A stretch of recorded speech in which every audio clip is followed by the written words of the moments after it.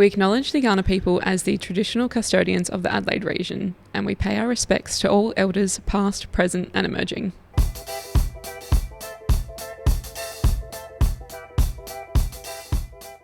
Welcome to Behind the Content podcast with myself, Lex. And me, Mads.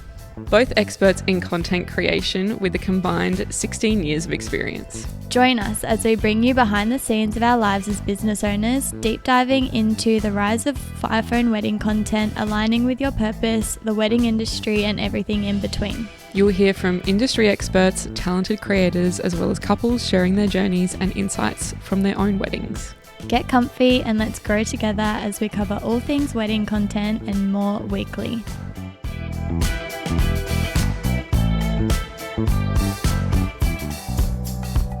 Okay.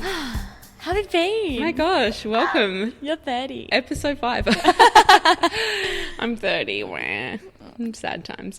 Yeah. Episode 5. Wow. Oh my gosh. Time is flying. Yeah. Wow. It's because we're batching them. But it's good. Yeah. How are you? Life update. Life update. Robbie's back from Vegas. Robbie's back from Vegas. He's alive, everybody. He's alive. We still have a house. And straight back into it. I feel like I just work better when life is normal, like when he's here. Like when he was away, I was like, bit lost. A bit lost. I was like a lost puppy. But yeah, we're good. How about you? Yeah, good. Yeah. I'm 30 now. That's a good thing. 30s are thriving. Yeah, I wasn't really like feeling any kind of way about it. Most people are like, oh my God, how do you feel? Do you feel different? I was like, I'm ready. I'm so ready for 30. Yeah, I think it'll be a good era. Yeah, I'm keen. I think like people have their shit together in their 30s. I don't know. I mean, probably not. But did you watch Suddenly 30? No, but I love that movie. I grew up on that movie, so watch it tonight. 30, flirty and thriving. Actually, on my invite for my birthday, it said 30, flirty and driving because it was a disco theme. So that's clever. And my play on words is super fun. That's not like you. No. Little marketer, you. No, so weird. Copywriting.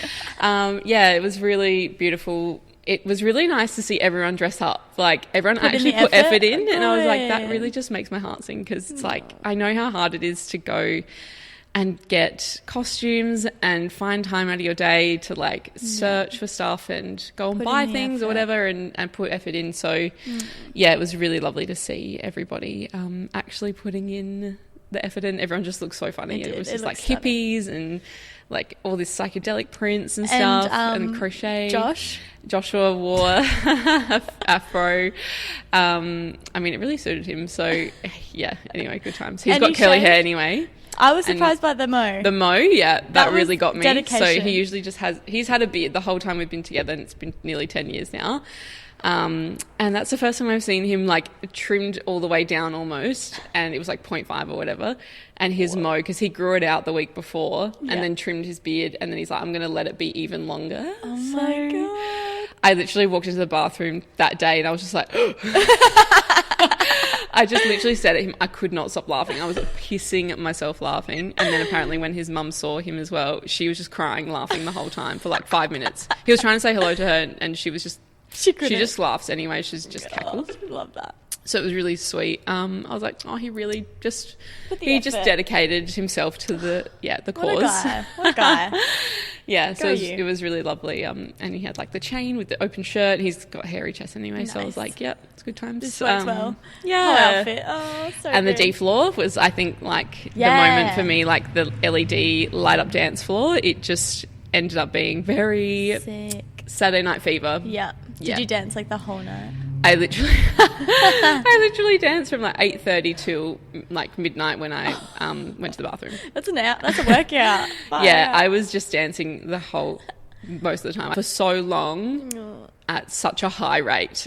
It was like training for the wedding. Yeah, and I love dancing, so I just was there, and actually it was really good because it was like a 40-degree day as well. So everyone in wigs and polyester was not a good mix. Yeah. But luckily, at the venue we were at, Banquet, on Port Road in South Australia, they had these big fans and it was over the D floor. So actually on the dance floor, it was quite like windy and it was, nice and airy. So I was like, oh, I'm just going to stay here all night. People feeding me well drinks thought and out stuff. dance It was floor. great. So good. Yeah, it was just, everyone was tripping out. And I think that's such a good investment for a wedding. Those waiters that come around and give, I don't know if they do it for everyone, but they like fill up the bride's drink throughout the whole day. My friends were just doing it for me. They were like, do you need a drink? Do you need a drink? I'm like, yeah. And actually, on one occasion, the last drink that I had, which I probably shouldn't have had anyway, which wasn't my drink. Apparently, my sister-in-law was like, so do you remember just like coming up to me? And she had 2 drinks in her hand. One was water, which I thought was like spirits, and one was like a limoncello spritz.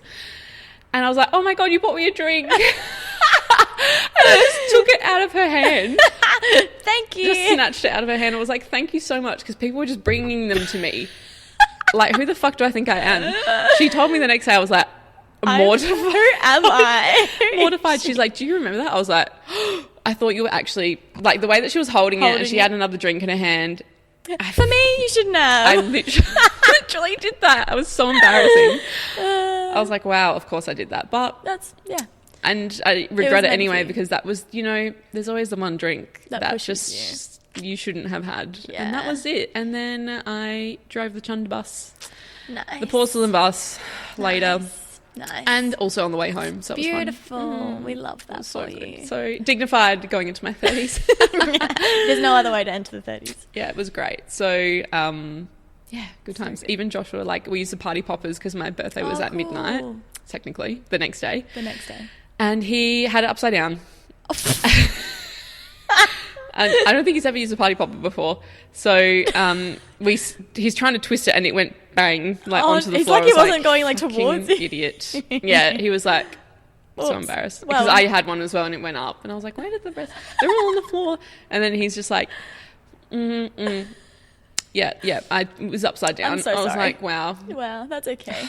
So funny. One moment. It was just one moment, but it's fine. Look, he did a Pilates class for the first time the other day and he didn't know, first time ever. So he doesn't know what the springs are. He doesn't know what the resistance. He's like, the lady was just talking about, because we did this class on Saturday and it's on demand, so you can use your headphones and connect to the screen. So fun. I'm going on a bit of a tangent now, but just funny things Joshua does. And he didn't know what she was talking about, like beginner and intermediate colours. And he was like, what the fuck? And he is sweating. It was like an 18-minute class.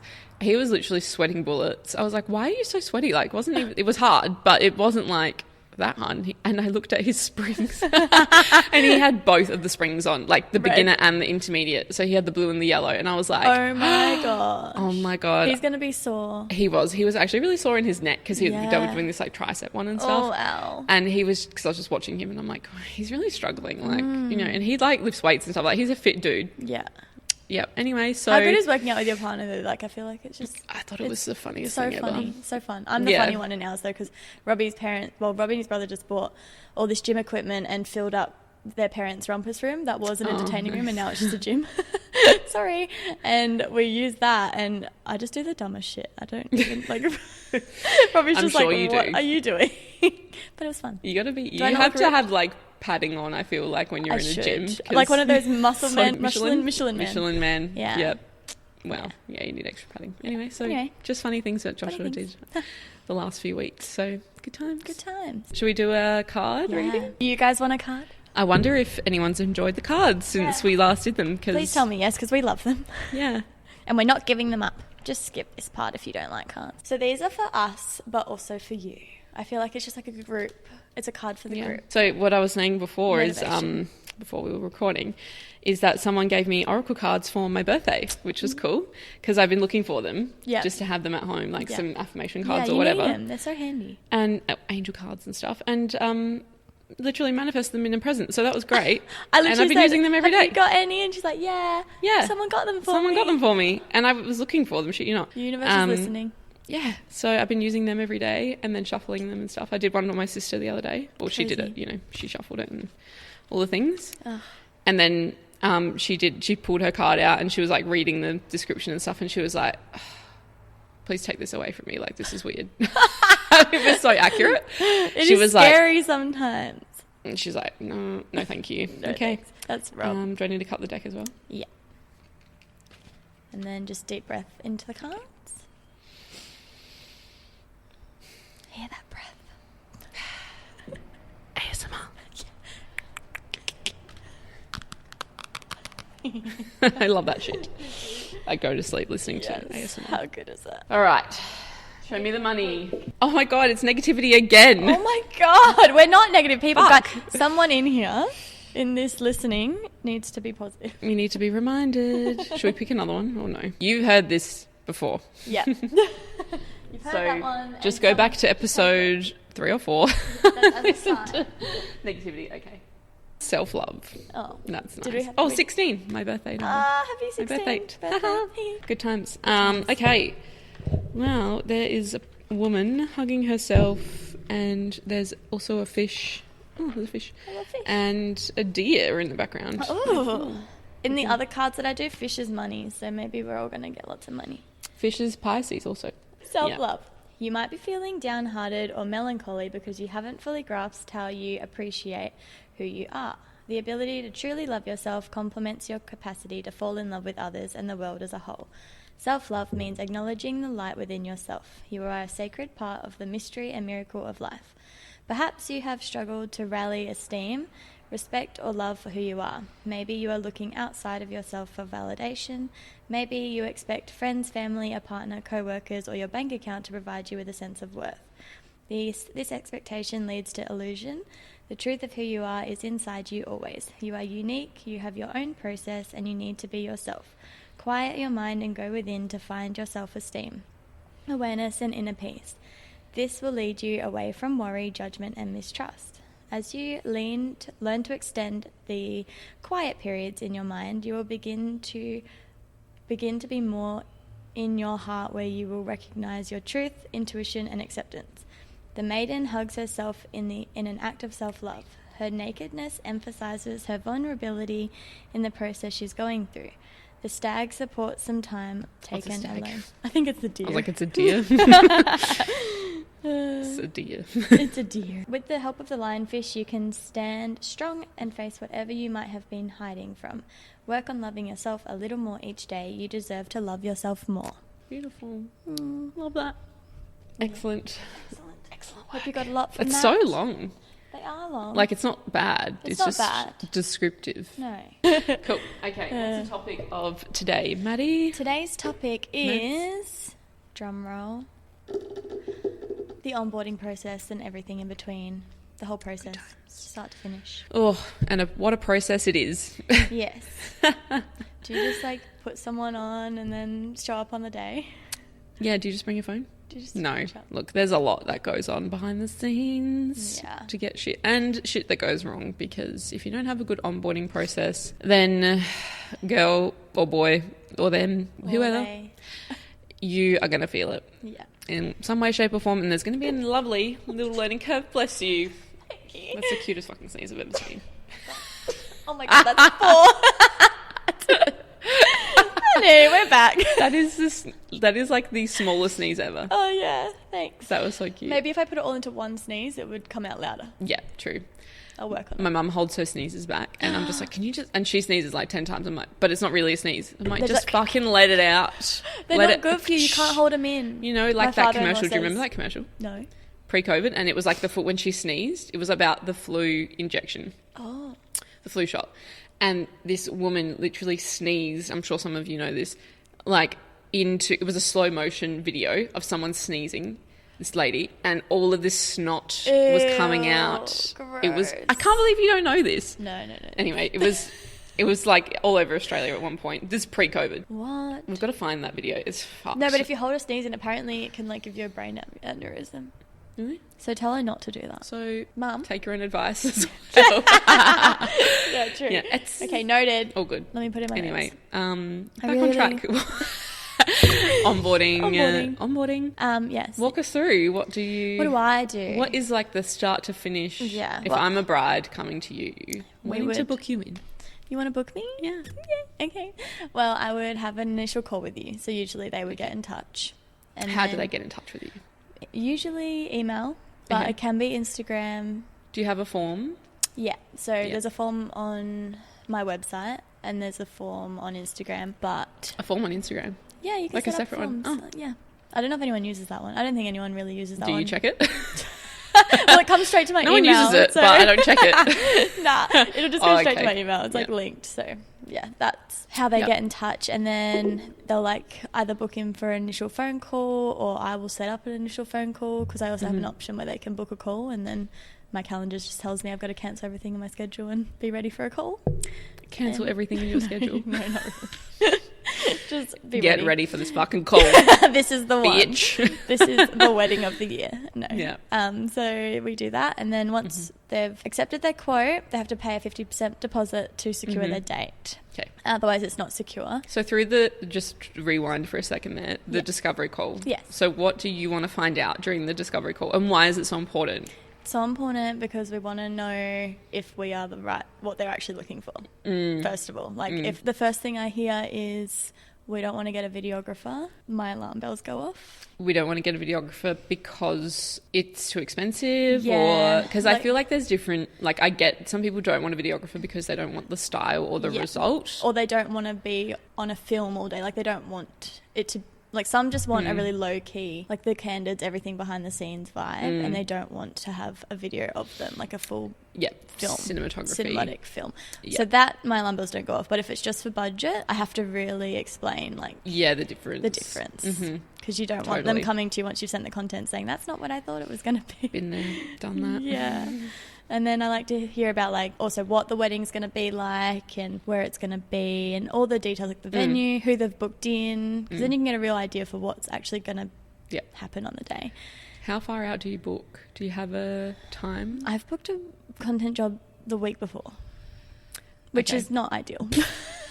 I've done that as well, but that's like desperate times. Desperate times. Usually at the moment it's about a year out. Yeah. So do you go past a year bookings?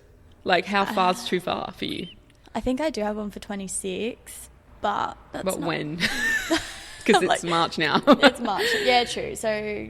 like December? Would you book a December 2026 wedding now in March 2025?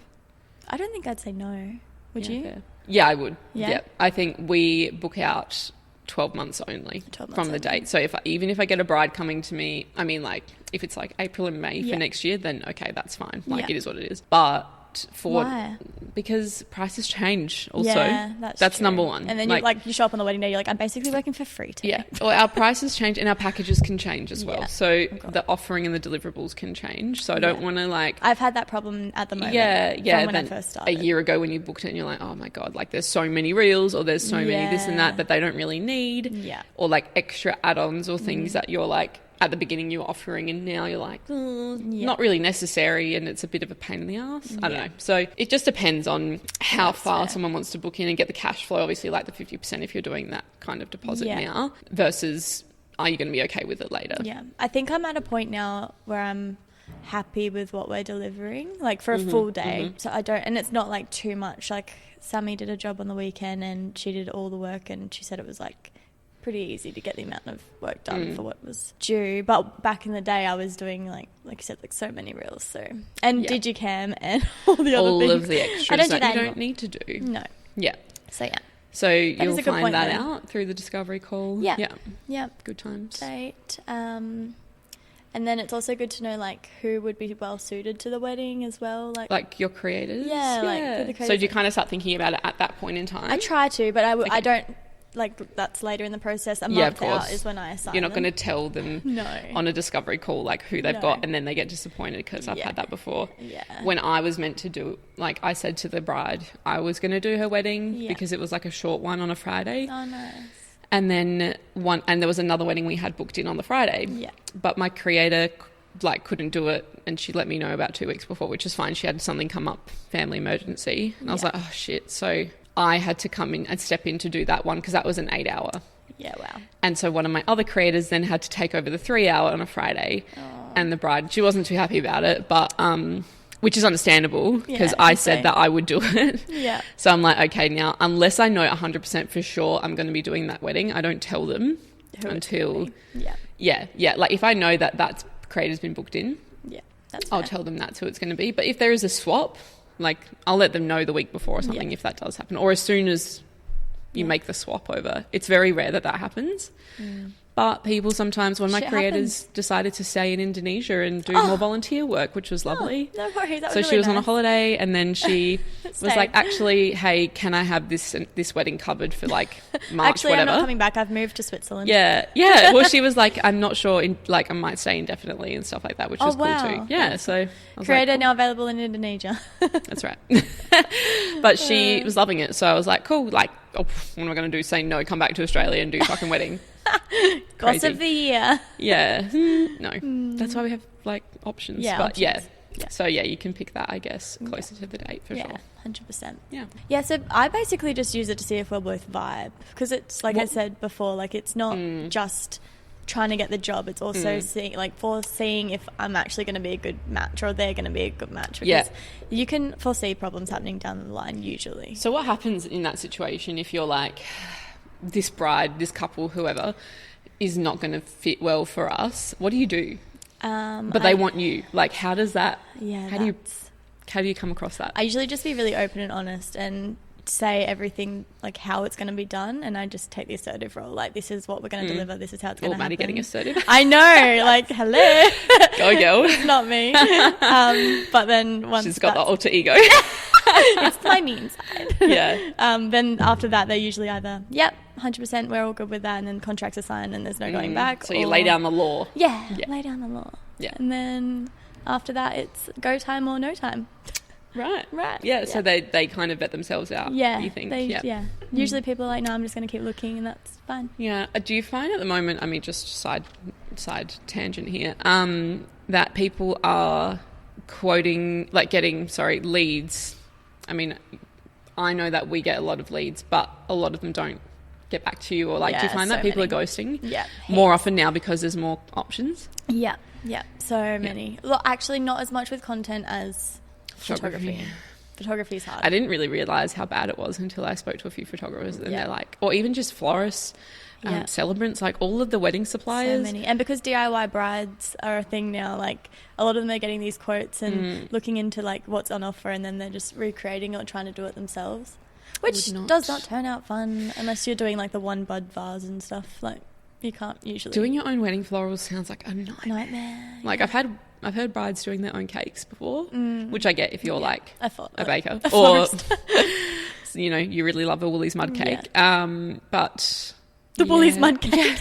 Have you heard about? Yes, yeah, I like do years love ago when Woolies. someone got like their cake during COVID. I think I ate like 3 of them a week. Yeah, it was a wedding, like it must have been years ago, and their cake designer could not do their cake, or something happened, and then they had to go to Woolies and stack a bunch of cake. Did you hear about this? It was ages I would have ago. probably seen it. It was I've seen I saw it on one of the Facebook cakes. pages. This is pre me doing any of this. Wow. And she literally got a bunch of Woolies mud cakes, like cut the top off, stack them together, and just put like ready-made icing on top. Yum. I fucking love the Woolies mud cake, like the inside of that. They're delicious. Anyway, I could so eat good. them. Oh.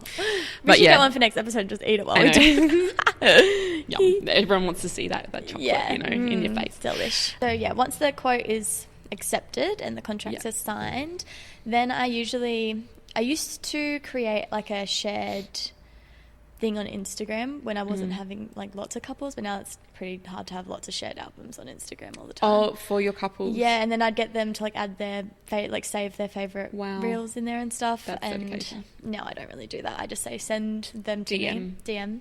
Same. And then I'll use some, or I won't use all of them, but then down the track when I send because we have a pre-wedding call a month out. Yep.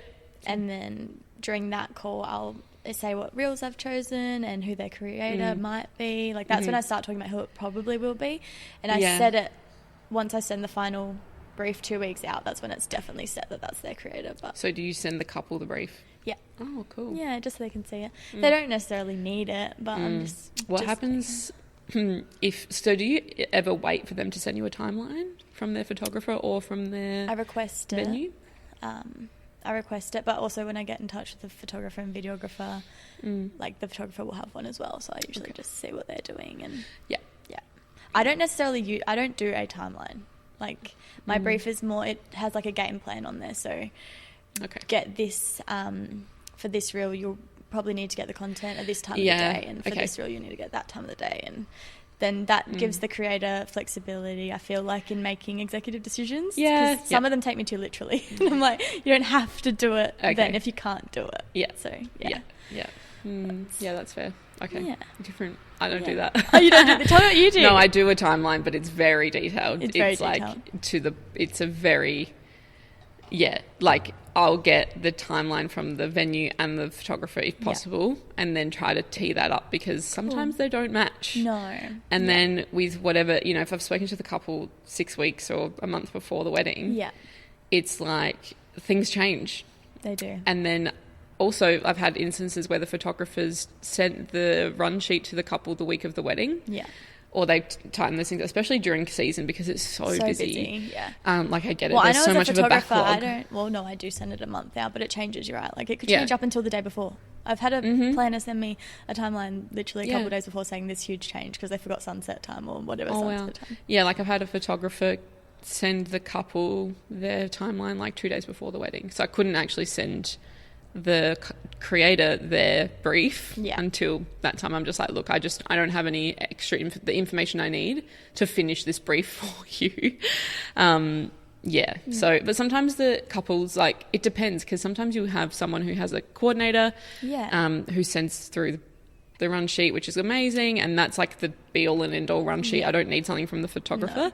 But if they're doing it themselves, sometimes it's just a one-pager. Like, some of them are really cute because it's just literally like, it's like, it's just an easy day. 9 a.m. till 11 a.m. Get ready. Like, yeah. It's just so basic. I'm like, that's basically what all mine are. Unless it's like a nuts, like ridiculous. But I think as long as the morning prep time's on there, the groom prep, bride prep, ceremony start time, bridal party photo. Like, I have those set times, but in between those, I'm not very like.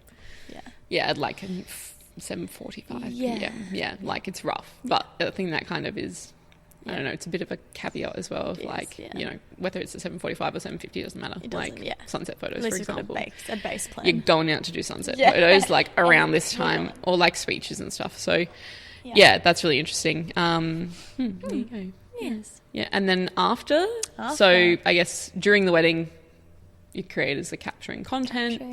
You're editing the content. Yes, it's good. Exciting news. Sammy edited all her own reels on the weekend. Yay! Go, so Sammy. good.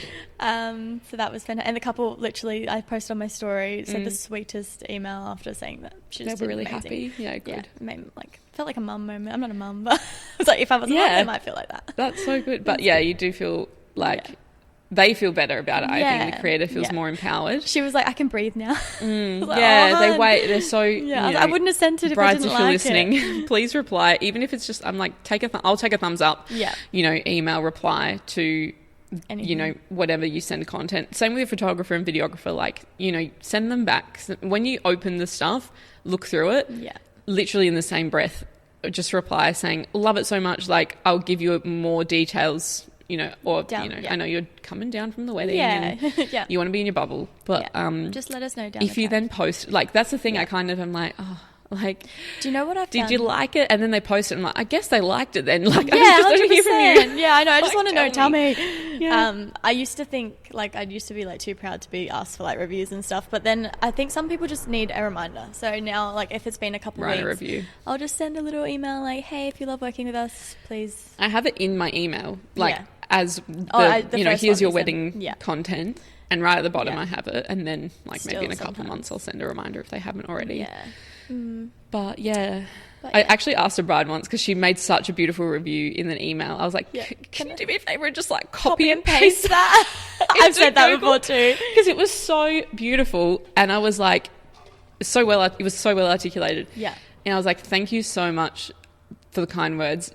I'm so sorry. Do you mind like copying and pasting it? And she was like, yeah, no problem. And she did it literally like in that second. And I was like, most people are so happy because reviews are everything. Like, if you're a bride looking for creators, suppliers, like any person, you're going to go to reviews because that's going to be your main source of unbiased opinions.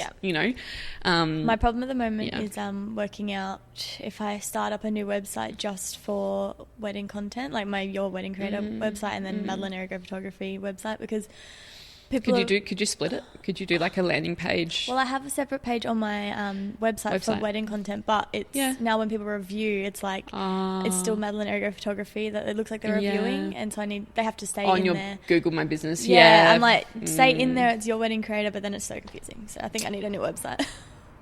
Fun times. Don't envy you. No. Building websites fun. But yeah, that's so interesting. So yeah, after that you'll send them the gallery. Hopefully they're all good. They'll send you a review, and then done and dusted. Yay. Until the next time they get married. Until the next time. Or the next family member. Until their baby shower or something. The wedding on the weekend was really sweet because one of the bridesmaids is getting married, and she's like, she said at the start, as soon as I walked in the door, that they'd really like to have me there, and then they actually sent a follow-up email the next day. It was like heartwarming. It was nice. So beautiful. So do you prefer, I guess going back, do you prefer forms? Filling out the form rather than an email?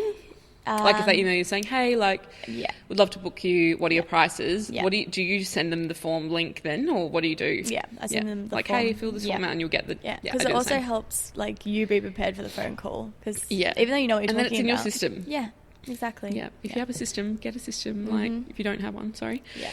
A big learning curve for me was when I first started was taking charge of the phone call. Like I'd always wait for the couple to ask questions because I don't know why. I'd always be like, so how are you going? And now I'm like, I ask questions constantly now, and it just helps it flow so much better. Well, they're waiting for you to be the professional because you know what you're doing. You see weddings all the time. I think that's what they're waiting for with the photographer, with the creator, with the videographer, with any supplier. Like they're coming to the expert in the field to then get exactly right. So you have to take that assertive role of being able to ask the right questions, which is so important, because then if you haven't asked that question. So I would ask, obviously, tell me about your wedding. What is the vibe? What do you want? Why do you want a creator?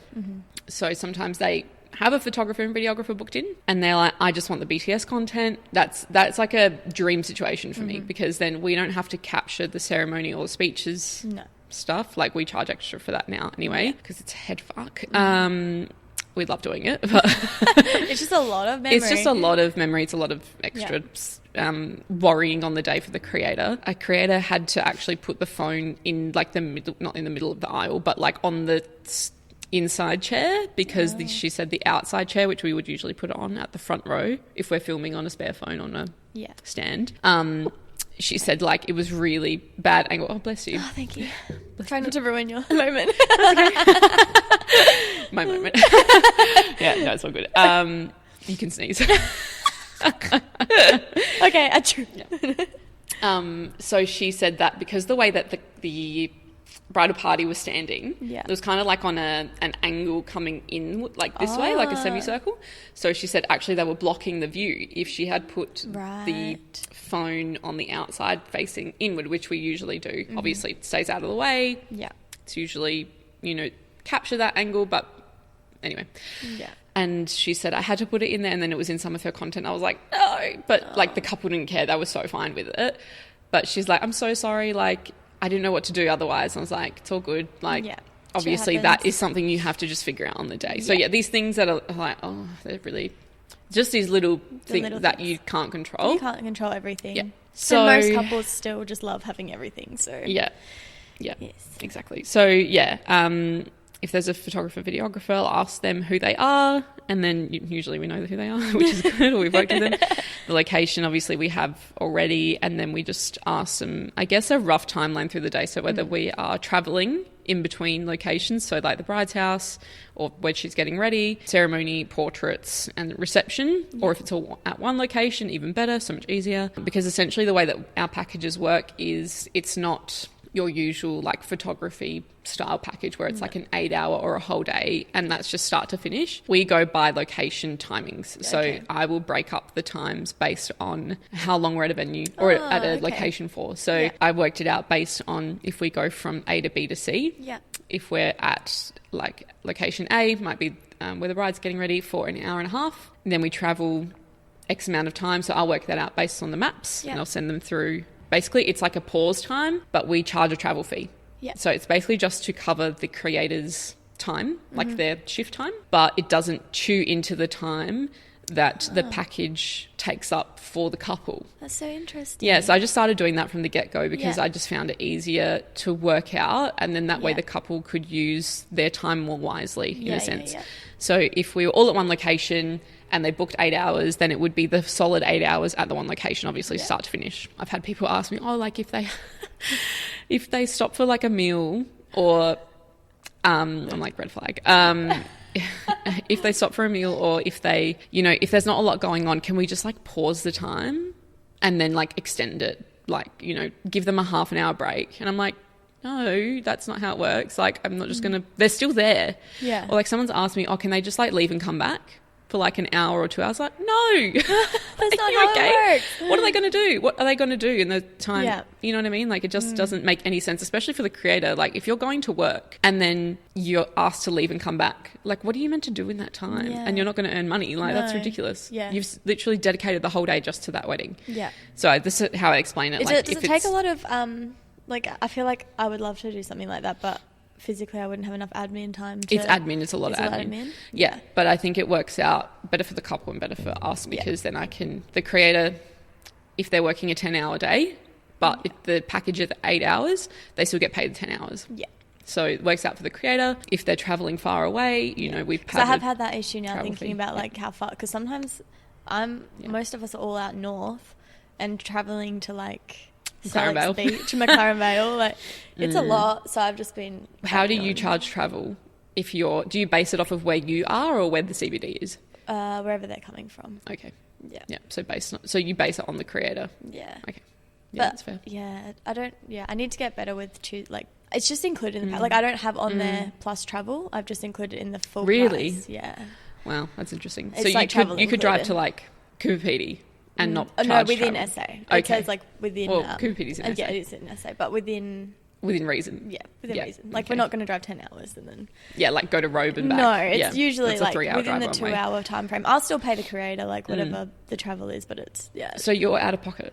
No, not out of pocket because the package price kind of covers it still. It's just like included in the whole package price. Okay, yeah. Does that make sense? Because I do for a full day. I don't do Yeah. That's fair. No, that makes sense. So if it covers it, then it's fine. But I'm just like, if for me, it's just like easier to work out because then there's so many. It would probably be better for the books if I was more like. It does. It helps us, if we're going to McLaren Vale so we charge from the CBD if it's over 20 kilometres and back. Oh, that's good. So if we're going to McLaren Vale, that's about 40 minutes drive from the CBD. So we usually will charge from the 20k mark, which is Happy Valley. I know this off the top of my head. So we'll charge from Happy Valley to the location and back. Yeah. And then if they're going to different locations, so say they're going to an Airbnb near the winery, then I'll charge like from Happy Valley to the Airbnb, from the Airbnb to the winery, from the winery back to Happy Valley, right? So it's like this just travel like $1 time. Per K? Or? It is $1 per minute. $1 per minute? Not $1 per minute. It's 80 cents per minute. Sorry, so $50 an hour. That works out. Yeah, so that's basically what I end up doing. Yeah. But yeah, so that's how we work it out based off of covering our creators for travel time. Cool. Very detailed. Very detailed. It's a very detailed podcast.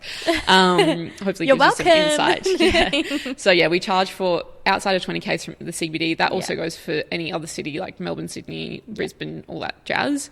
Or if someone's based in like, one of our creators based in Logan. So like I'm going to base it off of where she lives rather than... So it's both, it's off K is not time. Like if you're in Melbourne and you're stuck in traffic, it's not off that. I'll base it off of time. But time. I'll work out the kilometres, how far it takes from the 20k radius from that point, that mark, to and from. Okay. So that's the time there. I could do it per Ks, but it's also kind of comes out the same, all comes out in the wash.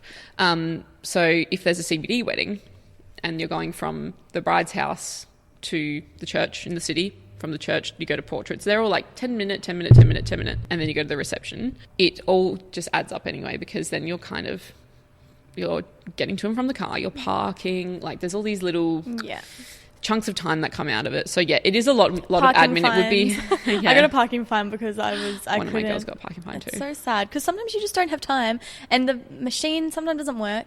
So I was like trying to pay the machine. The sign is confusing. The words on the sign. I'm just a girl. Like the signs on the words. But it was just a nightmare, and I ended up having to pay it. And Didn't get out of it. I tried to get out of it. Oh, really? Yeah.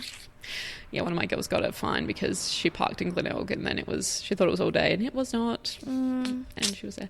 Anyway, so those things will work out. And then we work that out closer to the date as well. If it's like, a year away and the couple has no fucking idea what's going on, which is so fair, then that month before that pre-call. That month before call was so crucial. So important. Actually, I've had to remind a couple of, because they get an automatic email saying like, book your wedding call with me or so. And then I've had a couple of instances where I'm like, it's like 2 weeks before the wedding, I'm like, they haven't booked their call yet. Like, and then I send them like, urgent, book your call, please. I need to know what's going on. Touch base. Yeah, so we'll do that and then obviously find out the details in terms of what's, if they want ceremony and speeches captured, if they want specific things, what are the little, is your dog involved in the ceremony? Like all these little bits and pieces that you're like, fuck, I wish I knew this like before, but it just, that comes with experience as well. So you start to find out the questions you need to ask. Another one that we've had before at some places in SA, there's multiple entrances and gates to particular hosts, like Sandgate House. There's multiple gates and there's a lake or a river. So one of my creators was like trying to figure out where like the maps told her to stop here and park here. And then she's like, it's on the other side of this lake, and she's like, and she was, cutting it fine with the time. No. And she's calling me. She's like, I don't know what to do. And I was like, just like keep driving or something, because obviously you can't run through this fucking river, lake, whatever it is, creek, to get to the wedding. So she had to go around. Just go for a swim, hun. You'll be right. And that particular instance made it me ask the question: are there any other entrances or things going to your reception? Yeah. Ceremony, whatever, twice that we need to know in the last week. Like we had a private property. This was like private properties. You need photos. Like need Google Maps. Like I'm gonna add really good. To my form actually, because that literally happened to us not long ago. Oh my god! Like, and we were just at the top of and this private property road had like Y turns, hook turns, all the turns. You're up in the hill, like oh my god, literally in the paddocks. And we called the numbers on the thing to see if anyone could help us. They said, just keep driving, there's like a white bow. So we just kept driving, there's no white bow. Ended up going like turning around. I was like, I'm just gonna follow my heart, and I followed my heart. And the heart got us there, guys. That's way better than maps. You're like Jesus with the stars, like I'm just gonna follow the dear Lord, save me. Oh my god, that's so funny. Yeah, and it's hard because you can't always allow a lot of travel time between bride prep and ceremony, because sometimes bride prep happens, makeup's done, you got to be at ceremony, you don't have a lot of fuck up time. Yeah, or things run over, like all of the things, Murphy's Law, all the things that could happen will happen. So good times. But so we'll just ask all of these extra questions. Who's the contact of the day? That is really important to ask. Have more than one, because maid of honours don't always answer their phone. No, they'd be busy, girl. Usually get one of the mums or the parents of the couple. That's usually pretty good. Or the coordinator, obviously, if there's a coordinator. I love when there's a coordinator. Yes, so good. They've got this shit together. Yeah, so those things we will ask. And also we send an email the week before the wedding, just like an automate everything, because you're going to fucking forget. Automated email 7 days before the wedding, say, hey, so excited for you guys. If there's any changes, please reply in this email. Also, if you haven't already, please provide me a run sheet or a timeline, the contact of the day, songs for your reels, and something else. Fuck, I can't remember. Anyway, something else. That's actually a really good one to have in there. Songs. And it's usually easy because it's like first dance, they have a song. Like their DJ usually has something, they can just send you their DJ thing. Yeah, or the musicians, if they've got like acoustic or whatever's happening, string quartet, and they've sent music already. So on that call, I'll also ask them, hey, like, okay, if you have a musician or you have a DJ, do you have a playlist? Do you have something that you've sent them that says do play and do not play? Because that's really important. Because do not play ABBA. How many times have I seen do not play ABBA lately? And I'm sad about it. Because I love ABBA. That's true. I love it. Me too. I don't know why. Crazy. But like, you don't. But they'll say no ABBA, but then they do want the men. Gimme. Yeah. I'm like, well, that's just fake. You need to have all the ABBA. Literally. Thank you for the music. Yeah. The song I'm singing. So I'll definitely ask them, because I've found that when we pick the songs, sometimes it just doesn't vibe with the couple, and then there's some edit changes and stuff like that. I've had couples in the past be like, oh, they picked the songs and then they don't like the songs that they picked. So I'm like, oh my God, like, I say to them, you can actually just download the reel and then upload to Instagram with another song over the top. Yeah, 100%. You can do that, and we're so fine with that. No offense like, I encourage that because it's less editing time for us, and then also you can pick where along the song you want to have it. Like, yeah, it's not easy, and I think when couples realize that, oh yeah, okay, picking a song is hard, then they know that how hard it is for us. We don't really know you that well. We've only just met. How am I going to know if you like Taylor Swift or Ed Sheeran? Yeah, which like I don't personally love those artists. It's like I love country music, and I want to put country songs on every single one of my reels, and I just can't. Yeah, exactly. So then if they give you like I want an R&B upbeat song, it's still, even though it's a genre, it's so vague still. So I'm like, can you just give me an artist or send me the DMs like with the reels, send me through reels. I had a bride literally message me yesterday, and her wedding's on Friday. She sent me like 15 reels. She's like, I need to stop actually because there's too many. Glad you realised. But she's having a videographer, and I said, and she sent me a couple of reels and their videography reels, and I said, look, I know you know this, but I'm just going to be sure, just going to cover my ass here, that these particular videos that you've sent me are, their videography reels, they're not iPhone reels, and they're going to look different. So just letting you know that camera, those people, they have multiple cameras on you, like for the ceremony, for example, because the bride did like the dust, off the personal vows. Wow. I said, look, that's really cute. I love that. But like, just so you know, we're not going to be capturing it like they've been captured, because we've got an iPhone and we've got a spare phone just like covering like that you. Stuff's up close, and you don't want the content creator in the videographer's right way in there. Or photographer's way. Fucking zoomed in. So I said, good. If you're doing that, let us know. We'll keep an eye on it. But just a heads up. These look great, but they are videos, proper videography films that have been captured there. Wow. So just letting you know that that's not the case with us. But then she sent me some content, proper iPhone ones. Nice. I was like, these are cool. Or like, do you like the songs from this? Or like, why are you sending me this video? Is it because of the style?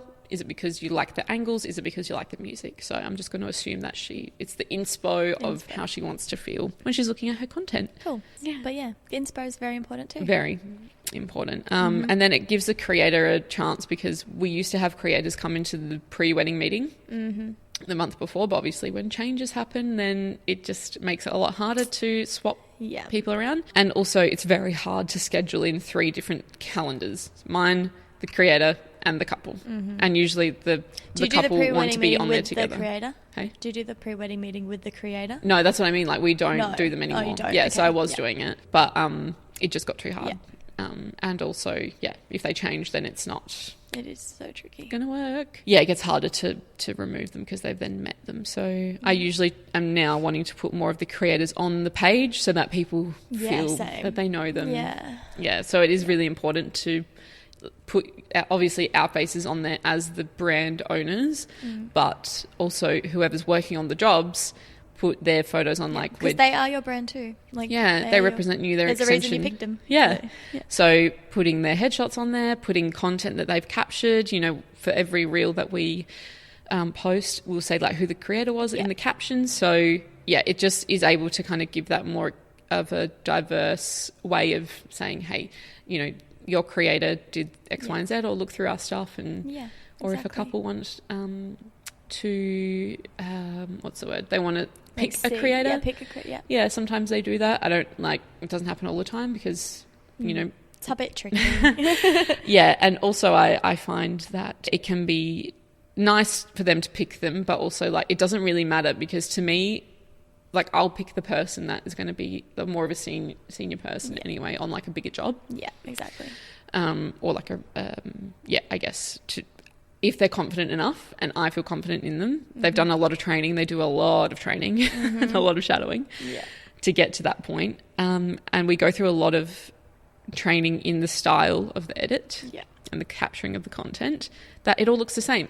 It's all meant to look like I've done the work. Yeah. That's basically it. I wanted to create mini me's. So really, at the end of the day, it doesn't matter all that much. They all have their little creative spin, of course, when they're capturing content and different angles that I would not have done, which is great, because then something different and something fun. Great and lovely. But But the skill and the knowledge and everything needs to be mini. Yeah, and our style. We just have a specific style that we go towards, and that's what, where our couples come to us. Yeah, so that's pretty much it in terms of our process. Yeah, and like I mentioned before, you know, the post process of We're sending. We're pretty similar.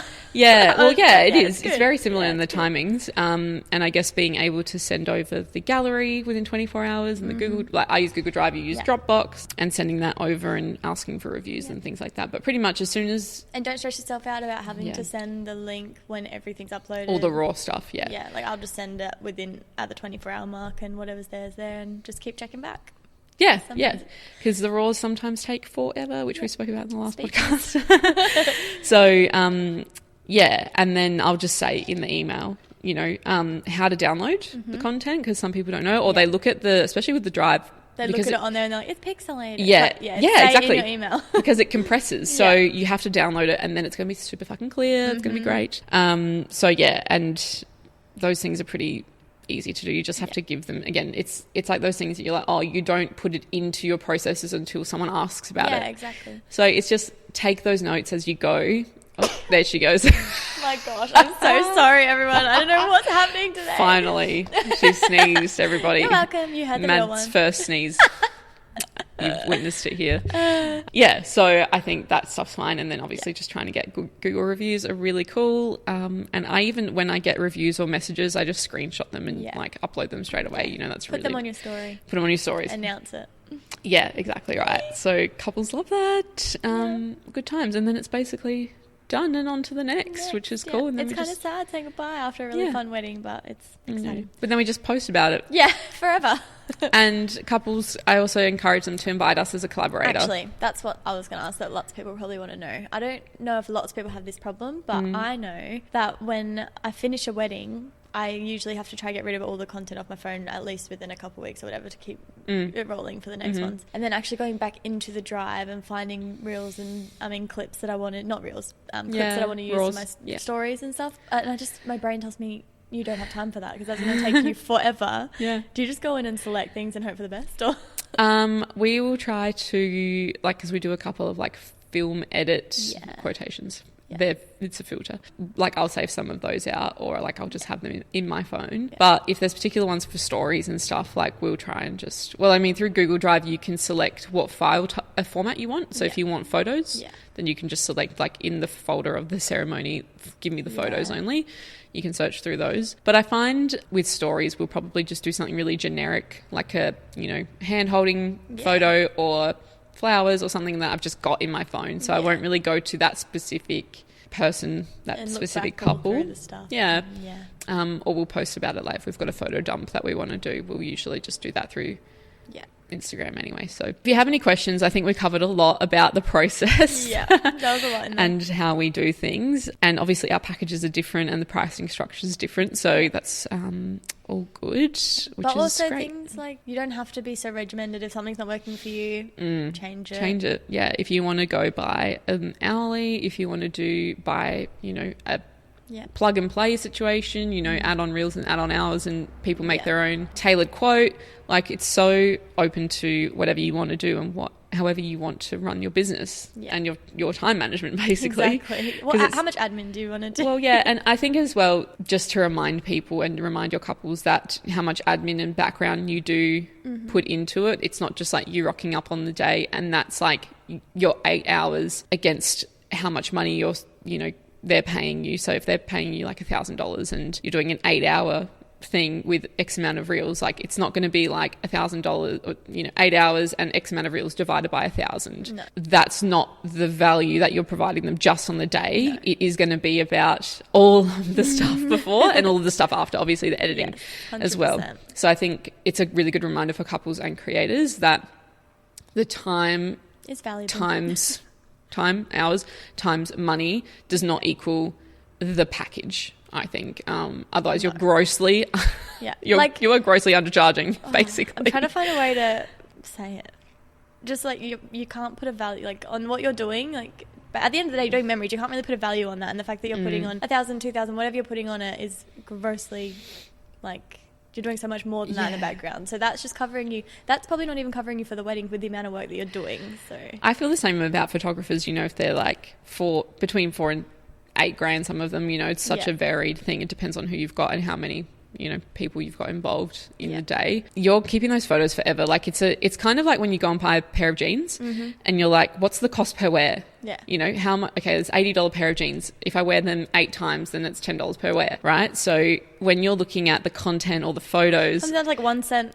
Yeah, exactly right. Yeah. Or like your phone or a handbag or something my laptop, you know, like I use it every single day and that cost me $2,200 when I bought it, and that was 2 years ago, and I literally have gotten so much cost per wear out of it, and my whole life runs on that thing. So think about that when you're weighing up your costs for content, for video, for photo. How much of that content are you going to be reflecting on, looking back on? How much are you going to be looking at it and being like, and getting the warm and fuzzies about it? Like that's your cost per use, basically cost per wear. So those are some really important things I think to remember. I know with budgets and obviously getting married as well, I know budgets are a thing. Okay, they're real. Yeah, at the end of the day, you're going to be looking back on these things forever and a day, and if you you're can't put price on that. Starting out, like you have to remember as well, your sanity is on the line. Like you may only have 1 or 2 couples now, so you're happy to just get what you can get. But down the track, if you sell yourself as a creator who can just get what you can get, you're not going to be providing quality when you've got 10 clients to serve and you've charge them that much and you're trying to get all this work done. Like, speaking from experience, like just don't do it. Charge what you're worth from the beginning and follow through. Like offer good quality shit. Personality, work, everything. And I actually got this really good advice from a photographer when I was starting out, is that if your highest package people are saying yes to, like often, or you're not getting a lot of objections, it means you're too cheap. So your highest package should be the one that is really out of reach, that only a seldom amount of people are going to book you in for, happily, without, you know, wanting to change the budget or the cost. So make your highest worth it for you. And then your middle package is obviously going to be the ones that are more popular, more achievable, more affordable, whatever, accessible, value packed. And then obviously your lowest package is going to be something that is actually, when you look at cost per time and reels, it's going to be your highest. Because like with anything, you know, if you buy 1 item of something versus 10 items of the same thing, like a bulk order, buy more, it's going to be cheaper, like per reel, per hour, whatever, however you want to split it. And before we close off, because we're on the budget topic, in Australian dollars, because I know there's some American people on here now as well, and Europe, what do we think the range is at the moment in Aussie dollars for content creators? It's actually really interesting because I think there's and I was talking to someone yesterday, a creator yesterday, and I was like, they were asking me about the industry standard. I was like, that's a great question because I don't even know. like we actually, the industry is just kind of coming into its own now. So it would be really interesting to find out what the I guess an average 6-hour package might be across the board, and then people can kind of figure out what's I mean, you get what you pay for at the end of the day, but sometimes it is it going to be worth it? Is it not going to be worth it? So if you're willing to share, please share. I think that would be really cool, just to be able to get where low tier, mid tier and high tier sit. I think from what maybe we should do some research. We should do some research. We start downloading all of your packages for research's sake. I think it's like for a 6-hour, like from what I've seen and heard, probably starting from like beginners at 500 up until like 2-3, and that's, you know, depending on the deliverables as well, the reels and obviously how much content they get, and exactly right. So it's vast, it varies. It's like with photography, videography, you know, it's just, you got to find what you're happy charging with. And for, and all these things. So but if you have any questions about the processes, or you want more information or things that you want us to talk about on the podcast, please DM us. We want to know what you're thinking. So send us a DM at behindthecontent.pod on Instagram, or you can email us at behindthecontentpod@gmail.com. Gosh, that was a mouthful. But you're better at that than me. Good times. If you're enjoying this on YouTube, Spotify or Apple, please subscribe, follow us, whatever it is. Give us a 5-star rating if you're loving this. So good times. We love it. We love you. We're enjoying this time together. This was a bit of a longer episode, but we hope that we jam-packed it for you. So all good. We'll see you on the next episode. Yay. Bye.